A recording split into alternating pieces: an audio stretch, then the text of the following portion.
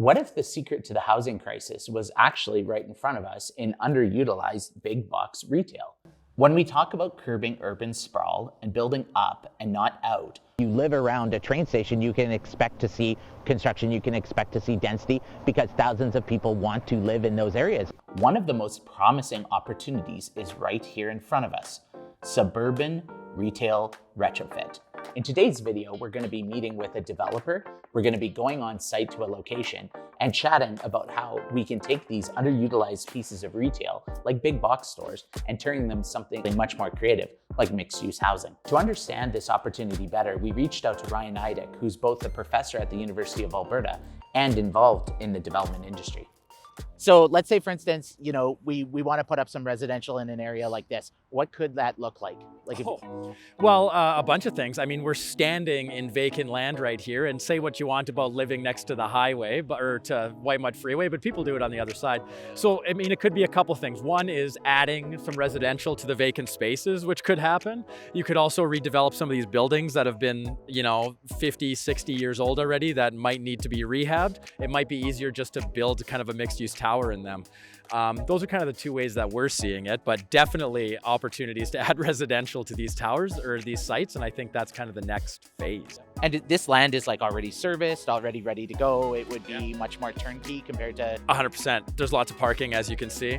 Infrastructure is already ready to go because of the major roads that are all the way around. Transit has improved quite a bit, and bike lanes are coming as well. So it's way more suitable for residential now than when it was first built. You've got a school right across the street there. You've got actually another school down the road, another school down the road. I think you used it in a council hearing once, but the thickening of our neighborhoods, right? So bringing in more types of uses into these neighborhoods, there's tons of these. Like, does it make financial sense though to say tear down a building like that and build a residential building there compared to just going into a neighborhood and getting and building up lots? So I mean, if you look at that building that you just pointed at, there's not a single tenant in there. So does it make sense to actually bring more people to the site to support other businesses rather than having a vacant building? Yeah, it definitely does.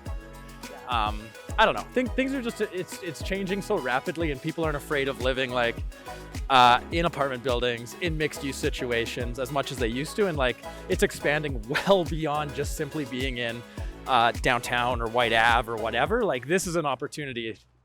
Because I'm wondering, like, for context, this is like a third of the McKernan neighborhood, where this is the same as the size of Lansdowne or something like that. I'm trying to think of a comparator.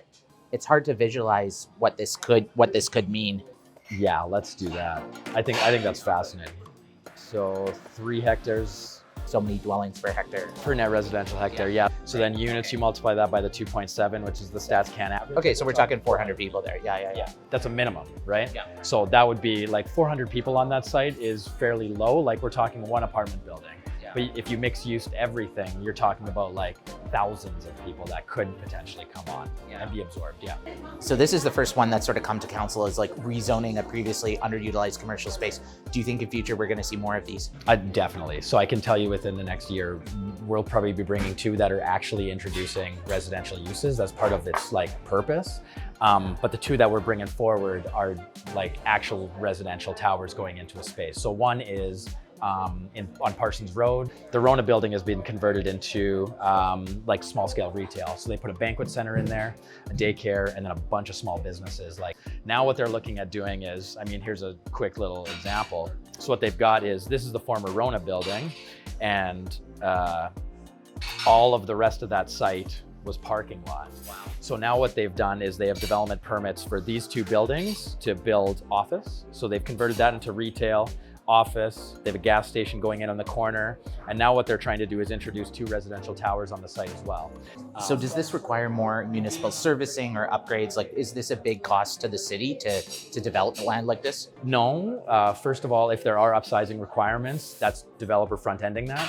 Maintenance is a whole other issue, obviously, but all of this would still be a private site. So what you would see is kind of the developer is maintaining everything on site. The city just maintains kind of the roads off site. And like Parsons Road, Ellerslie Road is just on the north side. they're already big enough to handle additional traffic, and the pipes are already like maximized to handle max density as well. And that's like one Rona.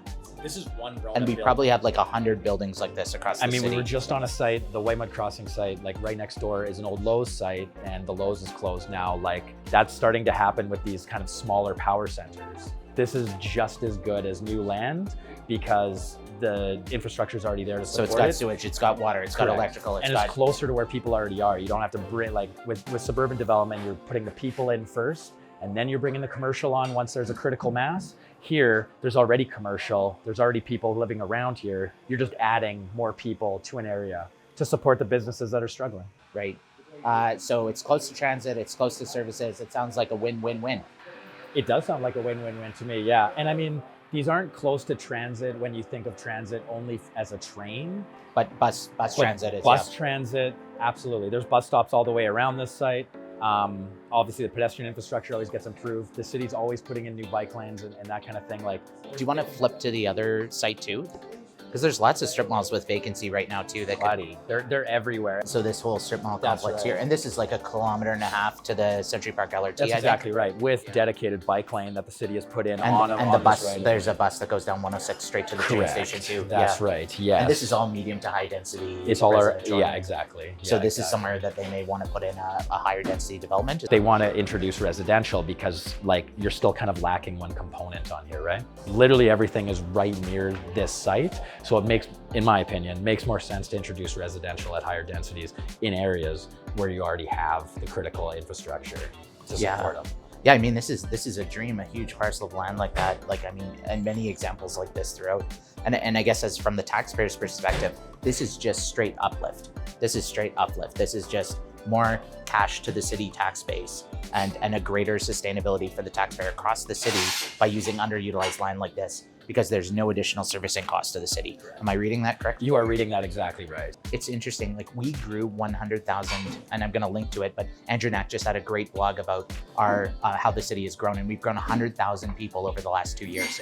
Where are they gonna go? And we can't keep sprawling, we can't keep going past to the airport, we can't keep wrapping around the airport. Like that's gonna be way too expensive, the servicing costs, everything else. So, and we have all of this underutilized space here. I think you're tapping into something really unique and interesting. And I mean, they do it in every other city around the world. It just hasn't made sense yet in Edmonton. Yeah, but it increasingly is. And especially with the new zoning bylaw, like the standard zones that can be applied to these sites now are hyper allowing of what we're talking about. It's hard to be the first one to do it. It's hard to be the first domino to fall. But I think once the first few start going, you're gonna see a lot of these like either underutilized or older shopping centers pop up. Yeah, well, we know like Millwoods Town Center, I believe McLab is bought there. And they've started, I think they've submitted some applications to start. So and Bonnie Doon Mall, there's correct. slated development there. So yeah, I mean, it's a climate win, it's a financial win. It's a great way for our city to build, so yeah.